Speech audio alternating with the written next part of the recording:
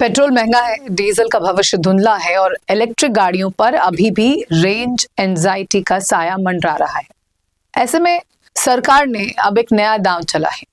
सरकार ने देश में E100 फ्यूल को कानूनी मंजूरी दे दी है। आने वाले समय में पेट्रोल पंपों पर इसकी बिक्री भी शुरू कर दी जाएगी।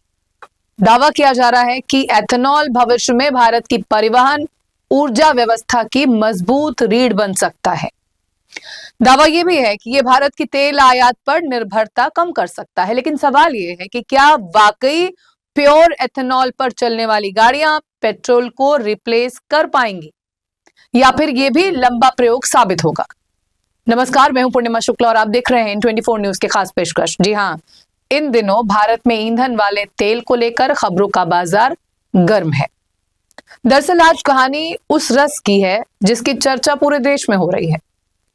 कुछ इसे नया फ्यूल तो कुछ नशा तक कहते हैं, लेकिन ये नशा किसी इंसान को नहीं बल्कि आपकी गाड़ी और आने वाले समय में हवाई जहाज के इंजन को चढ़ने वाला है। तो बात यह है कि जिस पेट्रोल को आप अपने वाहन की टंकी में डलवाते हैं वो अब सिर्फ तेल नहीं रह गया है, उसमें अब खेतों की खुशबू और गन्ने की मिठास घुल रही है। केंद्रीय सड़क परिवहन और राजमार्ग मंत्री नितिन गडकरी ने हाल ही में नागपुर में आयोजित एक कार्यक्रम में बड़ी खुशी जाहिर करते हुए कहा कि E100 फ्यूल के लिए नियमों को मंजूरी दे दी गई है। इसके लिए उन्होंने रात 8 बजे फाइल पर हस्ताक्षर किए और अब E100 फ्यूल कानूनी रूप से देश में इस्तेमाल होने के लिए तैयार है। केंद्रीय मंत्री का कहना है कि आने वाले 1.5-2 महीनों में हुंडई, टोयोटा और MG मोटर जैसी कंपनियां भी अपनी फ्लेक्स फ्यूल कारों को पेश करेंगी। ऐसे में आइए समझते हैं कि E100 फ्यूल आखिर है क्या, इसके फायदे क्या हैं और इसकी राह में कौन कौन सी बड़ी चुनौतियां खड़ी हैं। सबसे पहले आपको बता दें कि E100 एक ऐसा फ्यूल है जिसमें लगभग 100% एथेनॉल होता है और इसमें पारंपरिक पेट्रोल नहीं मिलाया जाता। एथेनॉल एक ऐसा फ्यूल है जिसे गन्ना, मक्का, चावल और कृषि अपशिष्ट जैसी चीजों से तैयार किया जाता है। भारत में अभी E20 पेट्रोल का इस्तेमाल पहले से ही हो रहा है, जिसमें 20% एथेनॉल और 80% पेट्रोल होता है। E100 इसी दिशा में अगला कदम है, जिसे पूरी तरह एथेनॉल पर चलने के लिए तैयार किया गया है। E20 फ्यूल के इस्तेमाल को लेकर पहले ही तमाम शिकायतें सामने आ चुकी हैं। कई वाहन मालिकों ने कहा है कि E20 फ्यूल के इस्तेमाल के बाद उनके वाहनों का माइलेज गिरा है और साथ ही मेंटेनेंस कॉस्ट भी बढ़ गई है। वहीं इस बात से सरकार भी इनकार नहीं कर रही। पेट्रोलियम और प्राकृतिक गैस मंत्रालय ने कहा कि रेगुलर पेट्रोल की तुलना में एथेनॉल की एनर्जी डेंसिटी कम होने के कारण माइलेज में मामूली कमी आती है। वहीं अब आपको बता दें कि E100 फ्यूल पर इतना जोर क्यों दिया जा रहा है। दरअसल भारत अपनी जरूरत का बड़ा हिस्सा कच्चे तेल के रूप में विदेशों से आयात करता है। अंतर्राष्ट्रीय बाजार में तेल की कीमतों में हमेशा उतार चढ़ाव का सीधा असर देश की अर्थव्यवस्था पर पड़ता है। ऐसे में सरकार E100 फ्यूल के जरिए इंपोर्टेड तेल पर निर्भरता कम करना चाहती है। देश में तैयार होने वाला एथेनॉल के जरिए तेल आयात पर होने वाला खर्च भी घट सकता है। कहा यह जा रहा है कि इसका एक बड़ा फायदा किसानों को भी मिलेगा। एथेनॉल उत्पादन बढ़ने से गन्ना, मक्का और अन्य कृषि उत्पादों की मांग बाजार में बढ़ेगी, जिससे किसानों की आय में बढ़ोतरी हो सकती है। सरकार के अनुसार एथेनॉल प्रोग्राम की वजह से अब तक कच्चे तेल के आयात में 1 लाख करोड़ रुपए से अधिक की बचत हुई है और किसानों को करीब 80,000 करोड़ रुपए की एक्स्ट्रा इनकम हुई है। आपको वो समय याद होगा जब पेट्रोल 60-70 रुपए लीटर हुआ करता था। आज तकरीबन सेंचुरी पार है। इसके कई कारण हैं, कच्चे तेल की बढ़ती कीमत, खाड़ी देशों की लड़ाई और डॉलर का खेल। लेकिन अब आपकी गाड़ी का तेल किसी रेगिस्तान से नहीं बल्कि E100 एथेनॉल ब्लेंडेड फ्यूल के रूप में उत्तर प्रदेश के लखीमपुर खीरी, महाराष्ट्र के सोलापुर और कर्नाटक के खेतों से आएगा। लेकिन एक बड़ा सवाल यह है कि क्या E100 फ्यूल पूरी तरह से पेट्रोल को रिप्लेस कर सकता है। सैद्धांतिक रूप से E100 फ्यूल पेट्रोल की जगह ले सकता है, लेकिन यह बदलाव तुरंत संभव नहीं है। इसके लिए स्पेशली डिजाइन किए गए वाहनों की जरूरत होगी। मौजूदा समय में भारत की सड़कों पर चल रही करोड़ों पेट्रोल कारें, बाइक और स्कूटर E100 फ्यूल पर चलने के लिए तैयार बिल्कुल नहीं है। ये वाहन रेगुलर पेट्रोल या E20 फ्यूल के लिए बनाए गए हैं। इन वाहनों में एक बड़ी संख्या उनकी भी है जो पूरी तरह से E20 फ्यूल के लिए भी तैयार नहीं है, और यही कारण है कि पुराने वाहन मालिकों को नए फ्यूल के इस्तेमाल के बाद तमाम तरह की समस्याओं का सामना करना पड़ रहा है। एक अनुमान यह है कि आने वाले सालों में E20 और E100 फ्यूल दोनों साथ साथ मौजूद रहेंगे। धीरे धीरे फ्लेक्स फ्यूल वाहनों की संख्या बढ़ने के बाद ही E100 का इस्तेमाल बड़े स्तर पर संभव हो पाएगा। E100 फ्यूल हर वाहन में नहीं डाला जा सकता। एथेनॉल का गुण और व्यवहार पेट्रोल से बिल्कुल अलग होता है, इसलिए इंजन, फ्यूल पंप, इंजेक्टर और फ्यूल लाइन में विशेष बदलाव करने पड़ते हैं। इसके लिए फ्लेक्स फ्यूल तकनीक वाले वाहन जरूरी होते हैं।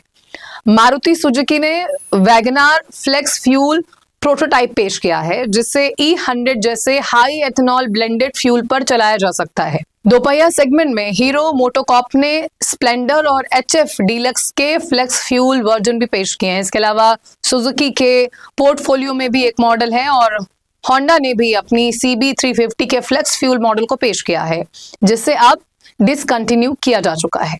सरकार का कहना है कि E100 फ्यूल के कई फायदे हैं, जिसमें सबसे बड़ा फायदा यह है कि इससे भारत की विदेशी कच्चे तेल पर निर्भरता कम हो सकती है। चूंकि एथेनॉल देश में ही तैयार किया जा सकता है, इसलिए इसका इस्तेमाल बढ़ाकर पेट्रोल की कीमतों में भी कमी आने की उम्मीद जताई जा रही है। हाल ही में E85 फ्यूल को दिल्ली में लॉन्च किया गया है, जिसकी कीमत 82 रुपए प्रति लीटर है, जो रेगुलर पेट्रोल के मुकाबले प्रति लीटर तकरीबन 20 रुपए सस्ता है। पर्यावरण के लिहाज से भी एथेनॉल को बेहतर माना जाता है। ये ट्रेडिशनल फॉसिल फ्यूल की तुलना में ज्यादा क्लीन तरीके से जलता है, जिससे कार्बन उत्सर्जन कम करने में मदद मिल सकती है। लेकिन फ्यूल के E100 फ्यूल के कई नुकसान भी बताए जा रहे हैं। पेट्रोल की तुलना में E100 फ्यूल की एनर्जी डेंसिटी कम होती है। इसका मतलब है कि समान दूरी तय करने के लिए वाहन को अधिक फ्यूल की जरूरत पड़ सकती है। दूसरी बड़ी समस्या, व्हीकल कंपैटिबिलिटी। मौजूदा पेट्रोल वाहन सीधे E100 पर नहीं चल सकते। इसके लिए ग्राहकों को फ्लेक्स फ्यूल वाहन खरीदने होंगे, जो एक बड़ा निवेश होगा, क्योंकि ऐसे वाहन रेगुलर पेट्रोल वाहनों की तुलना में ज्यादा महंगे होंगे। इसके अलावा हर कोई एक बड़े इन्वेस्टमेंट के लिए तैयार नहीं होगा, खासकर तब जब उसने हाल ही में नई कार खरीदी हो। इसके अलावा पेट्रोल पंपों को भी E100 फ्यूल के स्टोरेज और डिस्ट्रीब्यूशन के लिए नई सुविधाएं डेवलप करनी होंगी, जिससे शुरुआती लागत बढ़ सकती है। E100 फ्यूल के कई फायदे हैं, लेकिन इसका बड़े स्तर पर इस्तेमाल रातों रात संभव नहीं है। ये हर कोई समझना चाहता है कि आखिर क्या कुछ समस्याएं, जो तमाम तरह की बातें मार्केट में है, तमाम तरह की बातें सोशल मीडिया पर हैं, उसमें कितनी सच्चाई है। कंफ्यूजन बहुत ज्यादा है। सबसे बड़ी चुनौती देश भर में पर्याप्त एथेनॉल फ्यूल स्टेशन तैयार करना है। जब तक मजबूत इंफ्रास्ट्रक्चर नहीं बनेगा, तब तक लोग E100 आधारित वाहन खरीदने में झिझक सकते हैं। वहीं दूसरी चुनौती फ्लेक्स फ्यूल वाहनों की उपलब्धता है। फिलहाल ऐसे वाहन सीमित संख्या में हैं या अभी डेवलपिंग फेज में है। सरकार को आने वाले समय में ग्राहकों को फ्यूल के लिए ज्यादा विकल्प देने होंगे। मसलन पेट्रोल पंपों पर E20 से लेकर E100 फ्यूल तक के अलग अलग ऑप्शन मौजूद होने चाहिए, और इन सभी फ्यूल के डिस्पेंसर भी भिन्न रंग रूप में होने चाहिए, ताकि एक आम ग्राहक आसानी से ये समझ सके कि उसे अपने वाहन के फ्यूल टाइप के अनुसार किस तरह का ईंधन लेना चाहिए। इसके लिए पेट्रोल पंपों पर मौजूद कर्मचारियों को भी बाकायदा ट्रेनिंग देनी होगी, ताकि वो ग्राहकों को सही फ्यूल बेच सके। E100 फ्यूल भारत के लिए केवल एक नया फ्यूल नहीं, बल्कि ऊर्जा इंडिपेंडेंस, आत्मनिर्भरता की दिशा में एक बड़ा कदम माना जा रहा है। इससे तेल आयात घट सकता है, किसानों को फायदा मिल सकता है, प्रदूषण कम करने में भी मदद मिल सकती है। हालांकि वाहन तकनीक, इंफ्रास्ट्रक्चर और उत्पादन क्षमता जैसी चुनौतियों को पार किए बिना इसका बड़े स्तर पर इस्तेमाल संभव नहीं होगा। बहरहाल आने वाले सालों में यह देखना दिलचस्प होगा कि E100 फ्यूल भारत की सड़कों पर कितना बड़ा बदलाव ला पाता है। लेकिन इन सब के बीच कुछ ऐसी बातें भी हैं जो भारत के भविष्य को अंधकार में धकेल सकती हैं।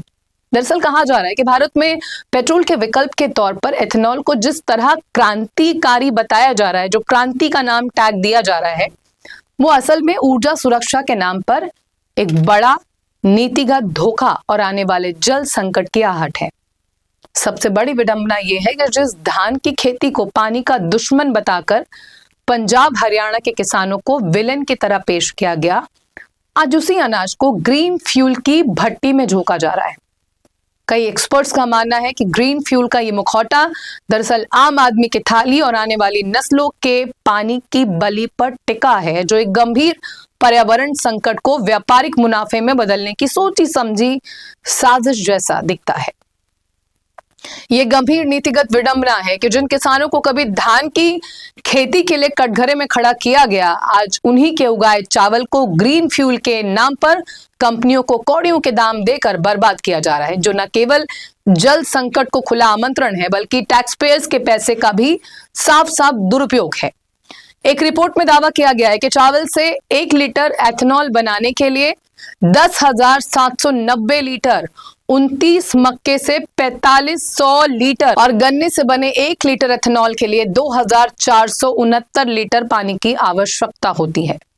नीति आयोग की समग्र जल प्रबंधन सूचकांक रिपोर्ट जब ये डरावनी चेतावनी दे रही होगी कि 2030 तक दिल्ली, बैंगलोर और चेन्नई जैसे 21 बड़े शहरों का भूजल शून्य होकर दम तोड़ देगा, तब एथेनॉल बनाने की सरकारी जिद सीधे तौर पर आत्मघाती कदम जान पड़ती है। ऊर्जा सुरक्षा के छलावे में अन्न और जल की ये बर्बादी दरअसल भविष्य की पीढ़ियों की प्यास और उनके अस्तित्व का एक क्रूर नीतिगत सौदा है, जो आने वाले समय में एक जल त्रासदी का आधार तैयार कर रहा है। जहां एक तरफ जल संकट की चेतावनी है, वहीं दूसरी ओर सरकार ने एथेनॉल आपूर्ति वर्ष के लिए चावल का आवंटन बढ़ाकर 52 लाख टन कर दिया है और इसे अगले साल 90 लाख टन तक ले जाने की तैयारी है।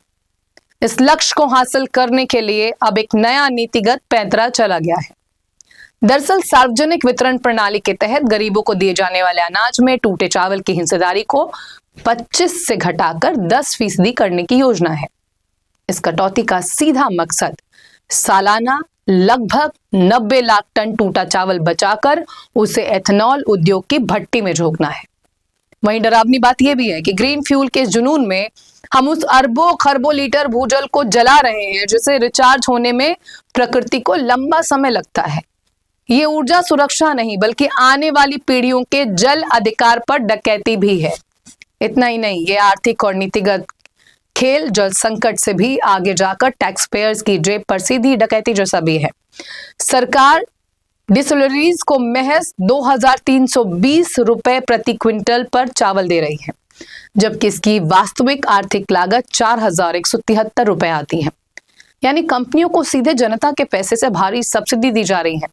विडंबना देखिए कि पहले टैक्स पेयर के पैसे से खाद, बिजली और पानी पर सब्सिडी देकर धान उगाया गया, फिर उसे एमएसपी पर खरीदा गया और अब उसी अनाज को दोबारा घाटा सहकर कंपनियों को कौड़ियों के भाव लुटाया जा रहा है। इस पूरी नीति का सबसे क्रूर पहलू वो नैरेटिव है जो पंजाब और हरियाणा के किसानों के खिलाफ बुना गया है। वर्षों से इन किसानों को यह कहकर कटघरे में खड़ा किया गया कि वो धान उगाकर देश का भूजल पी रहे हैं। उन्हें जल स्तर गिरने का मुख्य अपराधी घोषित किया गया, किसानों को पानी की अधिक खपत के लिए अपमानित किया गया। लेकिन अब सरकार उसी पानीखोर चावल को एथेनॉल की भट्टियों में स्वाहा करने का मेगा प्लान बना रही है। अब इन एथेनॉल बनाने वाली कंपनियों को जल संकट का विलन क्यों नहीं घोषित किया जा रहा है, उल्टे एथेनॉल बनाने वालों को हीरो की तरह पेश किया जा रहा है। सवाल सीधा है, अगर किसान के खेत में धान उगाना जल अपराध है तो सरकार द्वारा उसी धान को पानी की बर्बादी वाले ईंधन में बदलना राष्ट्रीय उपलब्धि कैसे हो गई। वहीं सबसे चिंता वाली बात यह है कि देश की कुल 1,882 करोड़ लीटर की एथेनॉल क्षमता में सबसे अधिक उन्हीं राज्यों में है जो बूंद बूंद पानी को तरस रहे हैं। जैसे कि महाराष्ट्र में 396 करोड़ लीटर की क्षमता वाले प्लांट हैं, जबकि विदर्भ और मराठवाड़ा में किसान पानी के लिए जंग लड़ते हैं, लेकिन एथेनॉल प्लांट निर्बाध चल रहे हैं। इसी तरह उत्तर प्रदेश और कर्नाटक में गन्ने और अनाज आधारित एथेनॉल प्लांट उस भूजल को निचोड़ रहे हैं जिसे नीति आयोग शून्य होने की कगार पर बता रहा है। सोचने वाली बात यह है कि जब 2030 में नल सूखेंगे तब कार की टंकी में भरा एथेनॉल किसी की प्यास बुझा पाएगा क्या? दरअसल हकीकत तो यह है कि तेल बाजार से खरीदा जा सकता है, लेकिन लुप्त हो चुका भूजल वापस नहीं लाया जा सकता। फिलहाल जरूरत तो यह है कि हम ऊर्जा सुरक्षा की परिभाषा को जल सुरक्षा के चश्मे से देखें, वरना इतिहास हमें एक ऐसे देश के रूप में याद रखेगा जिसने गाड़ियां चलाने के लिए बेशकीमती भूजल को बर्बाद किया। फिलहाल इस पेशकश में इतना ही। बाकी की ताजा तरीन खबरों से जुड़े रहने के लिए आप देखते रहें 24 न्यूज। मुझे दीजिए इजाजत। नमस्कार।